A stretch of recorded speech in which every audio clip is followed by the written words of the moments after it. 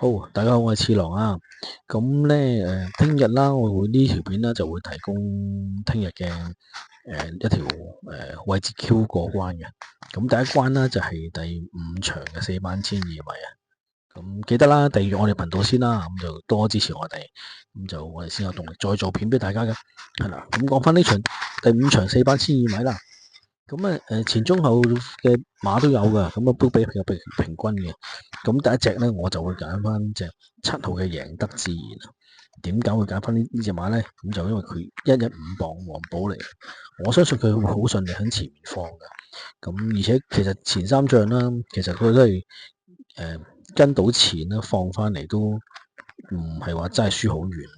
咁今次一個超輕磅啦，而其他馬咧，有啲馬贏咗馬咁加磅都加得幾勁啊，130幾磅，即係運來勇士又好，越野大師又好，都係比較重磅啲嘅。因為我相信其實如果佢真係能夠喺前面慢慢自己放下5分鐘，放下一直係唔出奇嘅。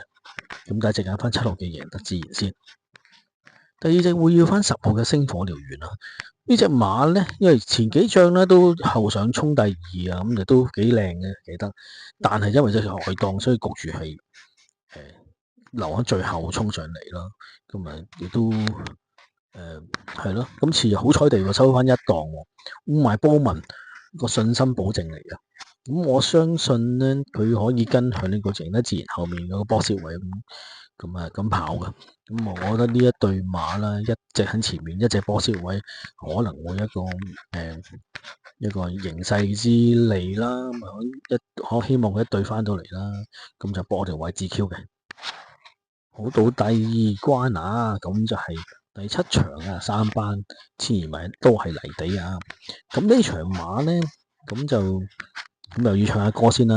咁啊，成日塞噶，咁其實真係又會揀翻隻假面騎士嘅。咁點解咧？嗱，第一次中佢嘅時候咧，呢隻馬都有個新鮮感，咁就好贏得都好漂亮，好靚嘅贏得。咁我又唔覺得係關個磅位事嘅，上次輸咗。其實可能上次因為濕萬泥地啦，咁而且嗰個濕萬泥地咧，因為董明朗翻嚟都有講話，佢係因為個匿響即係前領馬後面嘅時候 kickback 咧係不願剪步啊，咁所以咧翻到嚟檢查又冇事冇幹嘅。咁我相信咧可能真係個濕萬泥地個 kickback 佢對佢好大影響，所以佢就係咯。咁希望今次咧佢又係有個耳檔啦，有啲運仔啦。咁董明朗又騎慣咗啦，咁我相信希望佢一開閘咧就自己放啦，咁咪減少啲 kickback 啦。咁而且應該就唔會聽日就應該唔會落雨，咁就咁應該就希望佢跑得翻水準啦。如果跑翻水準咧，呢隻馬其實都係呢一班都係好有威力嘅。咁就第一隻會揀翻3號假面騎士先啦。咁第2隻咧，我就會揀翻1號嘅自強不息啊。今次呢隻馬咧，佢就會用翻黃寶嚟去騎。咁啊，點解會揀佢咧？咁一定係減10磅啦。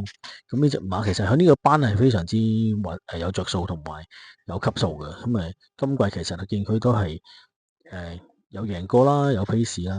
咁贏嘅對手都係即係贏過晒啲得心之餘，贏幾個馬位，過幾兩個馬位咁樣嘅。咁其實如果黃寶嚟騎得掂佢咧，咁佢就跟住假面騎士咁走咧。